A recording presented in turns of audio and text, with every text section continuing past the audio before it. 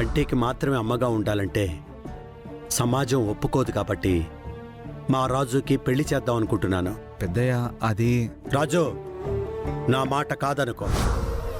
మంచి రోజు చూసి ఆ అమ్మాయిని ఇంటికి తీసుకురమ్మని చెప్పారు పెద్దయ్య గారు. అదే గనక జరిగితే ఆ అమ్మాయికి నాకు పెళ్లి నిశ్చయించేస్తారు. అలా జరగడానికి వీల్లేదు. పంతులు గారు ఆ అమ్మాయిని ఇంటికి తీసుకురాకుండా చేయాలి. లేదంటే ఆ అమ్మాయికి ఈ పెళ్ళంటే ఇష్టం లేదని చెప్పించాలి.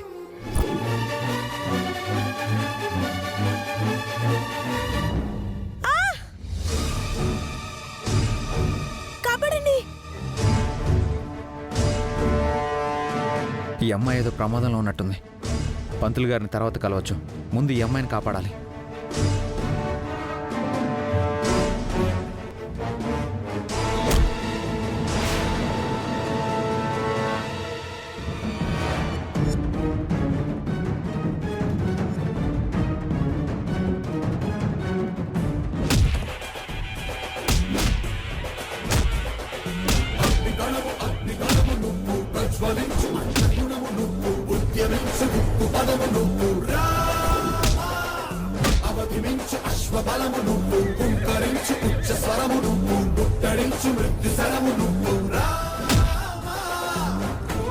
చూడండి, ఇప్పుడే పోలీసులకు ఫోన్ చేస్తాను.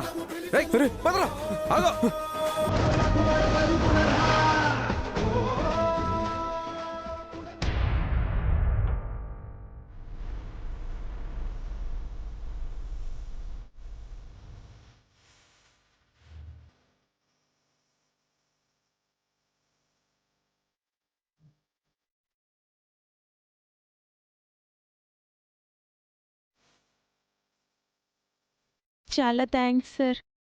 అసలు ఎవరమ్మా వాళ్ళు? నీ వెనక ఎందుకు పడ్డారు? వాళ్ళెవరో నాకు తెలియదు సార్. గుడికెళ్ళి తిరిగి వస్తుంటే రోడ్ సైడ్ ఉండి కామెంట్ చేశారు. వాళ్ళతో నాకెందుకులే అని నేను వచ్చేస్తుంటే వాళ్ళు ఫాలో అయ్యారు సార్. మీరు రాకుండా ఉండుంటే నా బతుకు నాశనం అయి ఉండేది సార్. దేవుడి దయ వల్ల సమయానికి మీరు వచ్చారు. నా కోసం ఆ దేవుడే మిమ్మల్ని పంపించాడు సార్. పోకిరి వదలు కామెంట్ చేసినప్పుడు కామ్గా రాకుండా చెప్పు తీసుకొని కొట్టుంటే నీ వెనక పడుండేవాళ్ళు కాదమ్మా. అలాంటి వెధవులు వెంట పడినప్పుడు భయం వేస్తే వెళ్లాల్సింది ఇలాంటి మనుషులు లేని ప్లేసులకు కాదు, జనాలున్న ప్లేసులకు వెళ్ళాలి. అప్పుడే కొంచెం ధైర్యంగా ఉంటుంది. నువ్వు ఎక్కడికి వెళ్ళాలో చెప్పమ్మా, నేను డ్రాప్ చేస్తాను. పర్లేదు సార్, ఈ పక్కనే మా ఇల్లు, నేను వెళ్ళిపోతాను.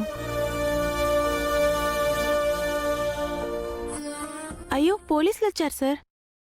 పోలీసుని చూస్తే ధైర్యం రావాలి కానీ భయపడకూడదు, ఎందుకంటే వాళ్ళు మన రక్షక భటులు. వీళ్ళిద్దరిని జీప్ ఎక్కించండి. మీరా సార్? సీఎం గారు అల్లుడు మీరేంటి సార్ ఈ తుప్పల్లో దుకాణం పెట్టేశారు? ఏం మాట్లాడుతున్నారు సార్ మీరు? మీరు వెళ్ళిపోండి సార్. ఈ అమ్మాయిని స్టేషన్కి తీసుకెళ్ళి చిన్న ఫార్మాలిటీస్ కంప్లీట్ చేసి ఉదయాన్నే వదిలేస్తాం. కానిస్టేబుల్స్ తీసుకురండి. ఆగండి సార్. ఈ అమ్మాయిని ఎవరో నలుగురు పోకిరిగాళ్ళు పాడు చేయాలని చూశారు. అవును సార్, సమయానికి ఈ సార్ రావడం వల్లే నేను బయటపడ్డాను. అంతే తప్ప మీరనుకుంటున్నట్టు నేను అలాంటి దాన్ని కాదు సార్. క్షమించండి సార్, ఈ ప్లేసు అసాంఘిక కార్యక్రమాలకు పెట్టింది పేరు. ఆ కార్యక్రమాలకి చెక్ పెట్టాలనే ప్రతిరోజు రైడ్ చేస్తున్నాం. ఈ ప్లేస్ను బట్టి, మీరున్న అవతారాన్ని బట్టి మీరు కూడా తప్పు చేయడానికే ఈ తుప్పల్లోకి వచ్చారనుకున్నాం. ఆ వెధవల నుంచి నన్ను నేను కాపాడుకునే ప్రయత్నంలో నా డ్రెస్ చిరిగిపోయింది సార్. అందుకే ఈ సార్ ఆయన షర్ట్ ఇచ్చారు. గ్రేట్ సార్, మీరు వెధవల నుంచి ప్రాణాన్ని కాపాడారు. మీ షర్ట్ ఇచ్చి మానం కాపాడారు. ఇది మీడియా వాళ్ళు చూశారంటే మీకు ప్రాబ్లం అవుతుంది. మీరు బయలుదేరండి సార్. ఈ అమ్మాయిని జాగ్రత్తగా తీసుకెళ్ళి వాళ్ళ ఇంటి దగ్గర దింపేస్తాం. సరే సార్. Thank you sir. జాగ్రత్త అమ్మా. చాలా థ్యాంక్స్ మంచిది. సార్. పదమ్మా.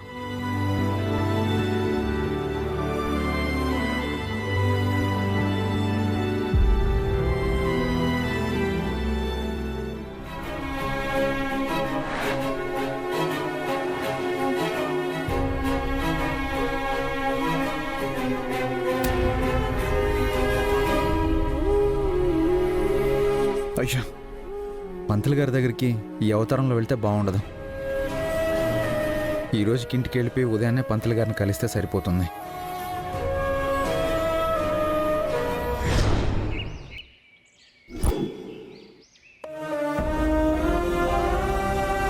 చూడు బంటి, టిఫిన్ చేసిన వెంటనే టాబ్లెట్లు వేసుకో, సరేనా? ఓకే తాతయ్య. తర్వాత స్కూల్కి సంబంధించిన బుక్స్ అన్ని రెడీ చేసుకొని నువ్వే రెడీ అయిపోవాలి. ఓకే తాతయ్య. Good morning Bunty. Good morning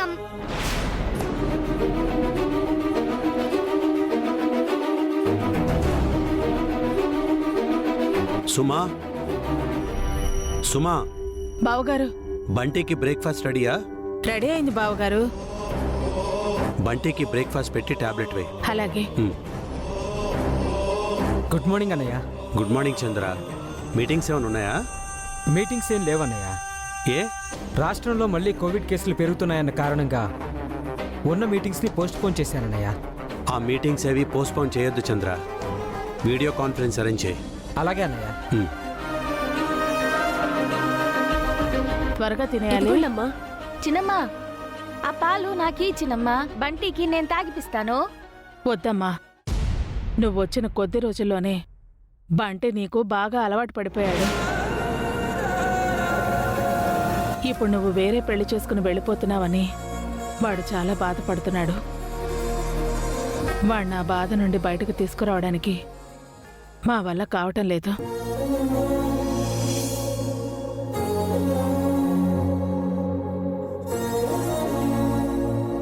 నువ్వు బంటికి కొంచెం దూరంగా ఉంటే మంచిదమ్మా. నేను బంటికి దూరంగా వెళ్ళలేను చిన్నమ్మా.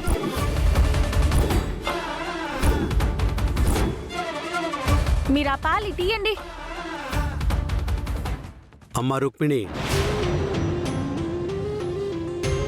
ఇక మీదట బంటి విషయంలో నువ్వు జోక్యం చేసుకోకుండా ఉంటేనే మంచిదమ్మా. నువ్వు కూడా ఏంది నాయనా అట్లా మాట్లాడుతూ ఉండవు? నేనేం తప్పు చేసుండానని బంటికి దూరంగా ఉండమంటున్నారు?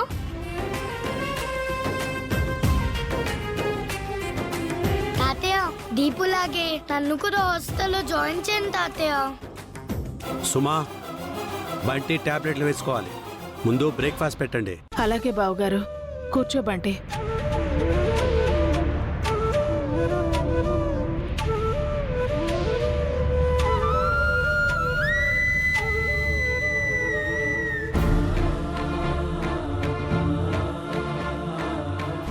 రాజు, ఈ పెళ్లి విషయంలో ఏమైనా ఆలోచించావా? అమ్మగారు చెప్పినట్టు మా నాన్నని తీసుకురావడానికి పెళ్లి తప్ప వేరే మార్గం ఉండదా రాజు?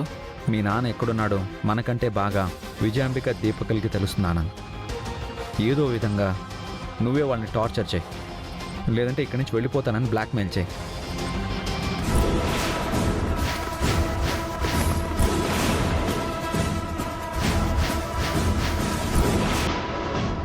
రాజు, రాజు! పెద్దయ్య గారు ఎందుకో పిలుస్తున్నారు, వెళ్దాం పద.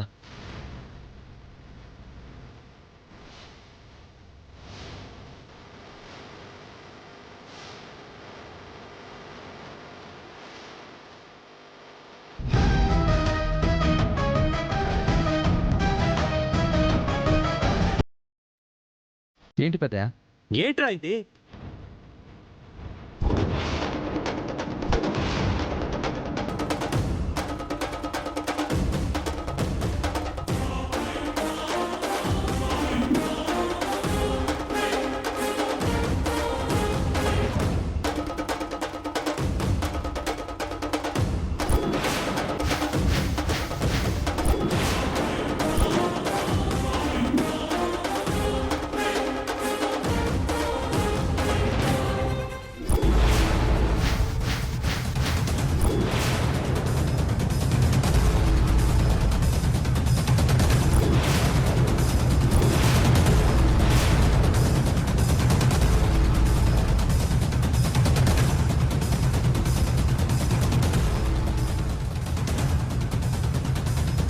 చెప్పరా ఏంటిది?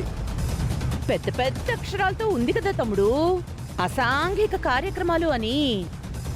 రాజులో ఈ యాంగిల్ కూడా ఉందని మాకిప్పుడే అర్థమవుతోంది.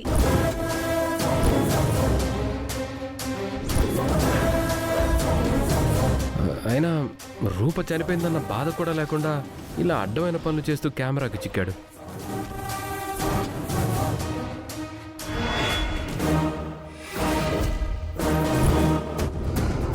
దొరికితే దొరికాడు, కానీ ఇలా రాసేవాడికైనా బుద్ధుండాలి కదా. ప్రతి దానికి ముందు వెనక మీ మావి పేరేయటం ఎందుకురా?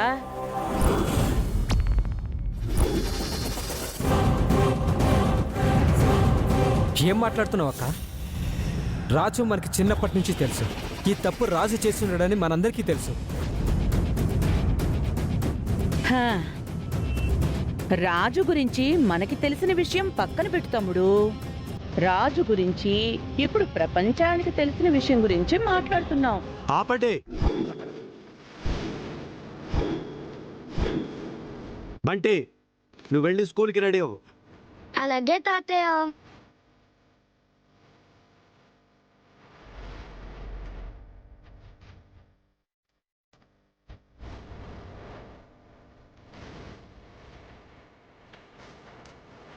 రాజు గురించి ఎవరు ఏం మాట్లాడాల్సిన అవసరం లేదు. అవసరం లేదంటే ఎలా తమ్ముడు? ఈ న్యూస్ చూశాక ప్రతిపక్షాల వాళ్ళు ఊరుకుంటారా? మీడియా వాళ్ళు ఊరుకుంటారా?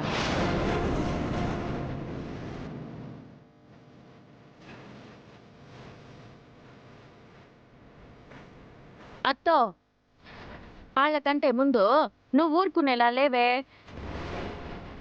బావగారు నిప్పు ఈ తప్పు చేసుండరు. అయినా ఇప్పుడొచ్చే వార్తల్లో నిజాలేడుండాయత్తా?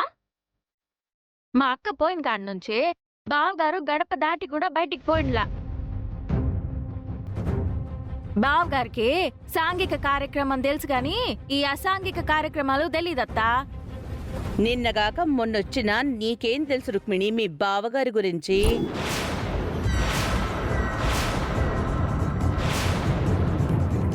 మీ అక్క బతికుండగానే ఇంకో అమ్మాయిని పెళ్లి చేసుకోవడానికి రెడీ అయిపోయాడు మీ బావగారు.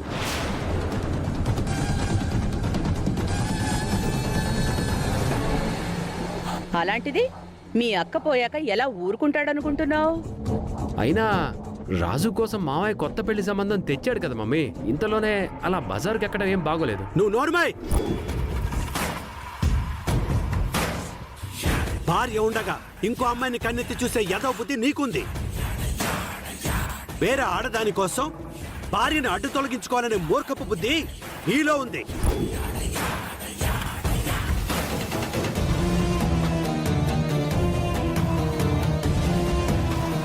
రాజు గురించి గాని రాజు క్యారెక్టర్ గురించి మాట్లాడే అర్హత మీకు లేదు. క్యారెక్టర్లో వాడి కాలికోటి కూడా మీరు సరిపోరు. బాగా చెప్పినారు నాయనా. అత్త, నేను నిన్నగాక మొన్నొచ్చిందాన్నే, కానీ పాలేవో నీళ్ళేవో తెలుసుకోలేనంత అమాయకురాలనేమి కాదత్తా. నేను ఈ ఇంట్లో అడుగు పెట్టిన రోజే ఈడు నా మీద చెయ్యేసినాడు.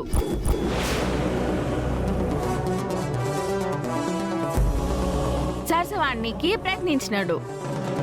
అలాంటి ఈడు కూడా మా బావగారి గురించి మాట్లాడుతూ ఉన్నాడు. దీపక్ మాట్లాడుతున్నాడు అంటే వాడికి బుద్ధి లేదనుకోవచ్చు. మీ బుద్ధి ఏమైంది వదిన గారు? రాజుకి ఇంకో పెళ్లి చేయాలని బావగారు నిర్ణయం తీసుకున్నప్పుడు కూడా వద్దు పెద్దయ్యా, నా మనసులో కానీ నా జీవితంలో కానీ అమ్మాయి గారు తప్ప మరొకరికి చోటు లేదని చెప్పాడే కానీ ఆ పెళ్లికి ఒప్పుకోలేదు. అలాంటి రాజు ఈ తప్పు చేసుంటాడని ఎలా అనుకుంటారు వదిన గారు? పరాయి అమ్మాయిని అమ్మలా చూసుకునే సంస్కారం రాజుది. సంస్కారం అనే పదానికి అర్థం తెలియని వాళ్ళు కూడా రాజు గురించి మాట్లాడుతుంటే నవ్వొస్తుంది.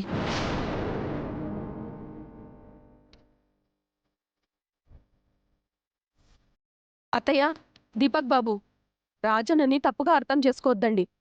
రాజన్న గురించి తప్పుగా మాట్లాడకండి. రాజన్న మంచోడు.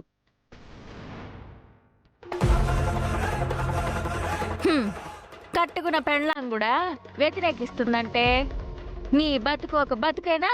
థూ.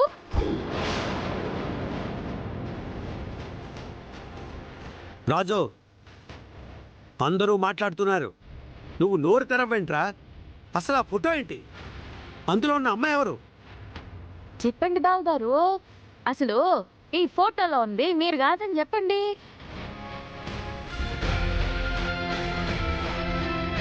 ఈ మధ్య ఇలాంటి ఫోటోలు తయారు చేయడం కష్టం కాదని చెప్పండి. ఎవరి ఫోటోకో మీ తల అంటించి తప్పుడు ప్రచారం చేస్తా ఉండాలని చెప్పండి. ఆ ఫోటోలో ఉన్నది నేనే పెద్దయ్య.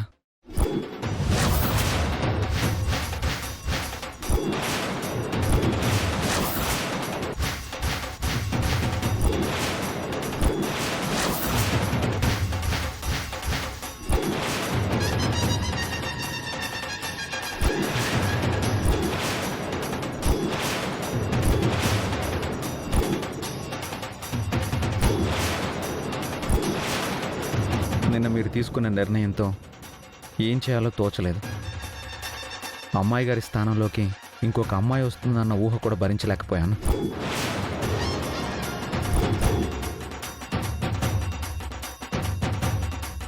అలా బయటికి వెళ్ళి కాసేపు తిరిగొద్దాం అనుకున్నాను.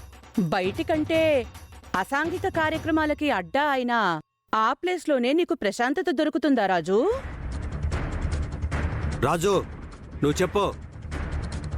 నేను అలా బయటికి వెళ్తుంటే సడన్గా ఒక అమ్మాయి వచ్చి కారు మీద పడి భయంతో వెళ్ళిపోయింది. ఆ అమ్మాయి వెనక ఇద్దరు పోకిరి వదలు కూడా వెళ్ళారు పెద్దయ్య. ఆ అమ్మాయి ఏదో ప్రమాదంలో ఉన్నట్టు అర్థమై వెళ్ళి సేవ్ చేశాను పెద్దయ్య. అబ్బో, అమ్మాయిని సేవ్ చేయడానికి బట్టలు ఇప్పుకొని చెయ్యాలా రాజు?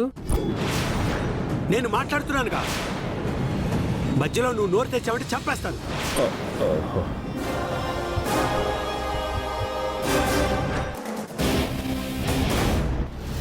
అసలు ఏం జరిగిందో తెలుసుకోకుండా నోటుకొచ్చినట్టు మాట్లాడుతున్నారు. అక్కడ ఏం జరిగిందో నీకు తెలుసా? రాజు ఉన్న ప్లేస్ని బట్టి, రాజు ఉన్న పరిస్థితిని బట్టి అలా మాట్లాడుతున్నాం గాని రాజుని తప్పు పడితే మాకేం వస్తుంది తమ్ముడు? సునకానందం అత్తా. అయినా ఆవు చేన్లో మేస్తే దూడ గట్టున మేస్తుందా రుక్మిణి? విరూపాక్షి, ఆపండి. రాజు, నువ్వు చెప్పు. ఆ విధవల నుండి తప్పించుకునే ప్రయత్నంలో ఆ అమ్మాయి డ్రెస్సు చిరిగిపోయింది పెద్దయ్య. అసలే ఆ ఏరియా మంచిది కాదు. అలాంటి చోట బట్టలు చిరిగిపోయిన స్థితిలో ఒక అమ్మాయిని చూస్తే ఏం మాట్లాడుకుంటారో అని ఆలోచించి నా షర్ట్ తీసి ఆ అమ్మాయికి ఇచ్చాను పెద్దయ్య. అదే పెద్దయ్య జరిగింది. ఇప్పటికైనా అర్థమైందా అత్త మా బావగారు మనసు ఎంత మంచిదో?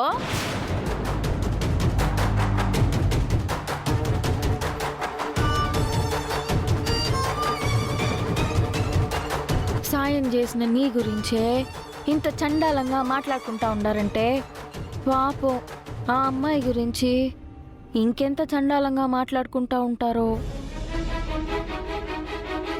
అయ్యా, అయ్యా, పంతులు గారికి కూడా ఈ విషయం తెలిసిపోయిందా? ఆ అమ్మాయి కూడా ఈ న్యూస్ చూసి రాజుని తప్పుగా అర్థం చేసుకొని పెళ్లికి నిరాకరించుంటుందేమో. ఆ విషయం చెప్పడానికే పంతులు గారు వచ్చుంటారా? అయ్యా, ఏమైంది పంతులు గారు? రాజుని పెళ్లి చేసుకునే విషయంలో మీకు అమ్మాయి గురించి చెప్పాను కదా, ఆ అమ్మాయి ఇష్టం లేదని చెప్పిందా పంతులు గారు? ఇష్టమనే చెప్పిందయ్యా.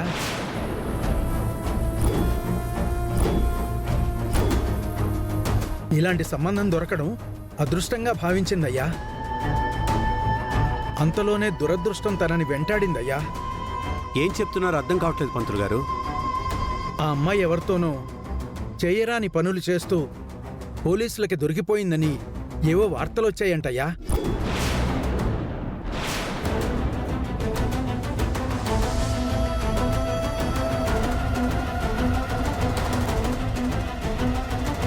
ఆ వార్తలు విని తట్టుకోలేని ఆ అమ్మాయి పురుగుల మందు తాగి చావు బతుకుల మధ్య కొట్టుమిట్టాడుతోందటయ్యా.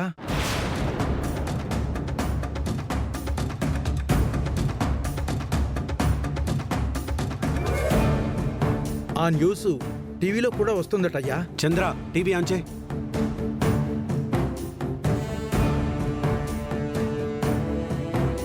Breaking news. యువతకి ఇదో ఫ్యాషన్ అయిపోయింది. తప్పుడు పనులు చేయడం, దొరికిపోతే ఆత్మహత్యలు చేసుకోవడం. అసాంఘిక కార్యక్రమాలకు అడ్డైన ప్రదేశంలో గుర్తు తెలియని అమ్మాయితో అడ్డంగా దొరికిన సీఎం సూర్యప్రతాప్ గారి అల్లుడు.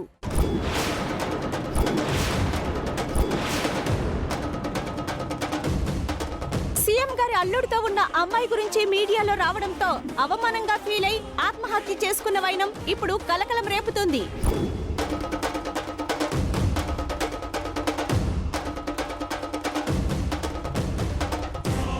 అంటే అక్కడున్నది రాజపంతులు గారు.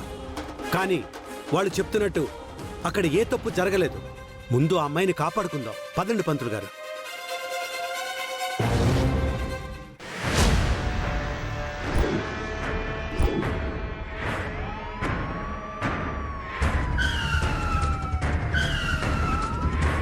సీఎం గారు, మీ అల్లుడు గారు చేసిన నిర్వాకం వల్లే ఇప్పుడు ఆ అమ్మాయి చావు బతుకుల మధ్య ఉంది. ఆ అమ్మాయికి ఏం న్యాయం చేస్తారు సార్? చెప్పండి సార్. ఆడవాళ్లపై జరిగే అఘాయిత్యాలను అస్సలు క్షమించనని హామీ ఇచ్చిన మీరు ఈ అమ్మాయి విషయంలో ఇప్పుడు ఏం చేయబోతున్నారు సార్?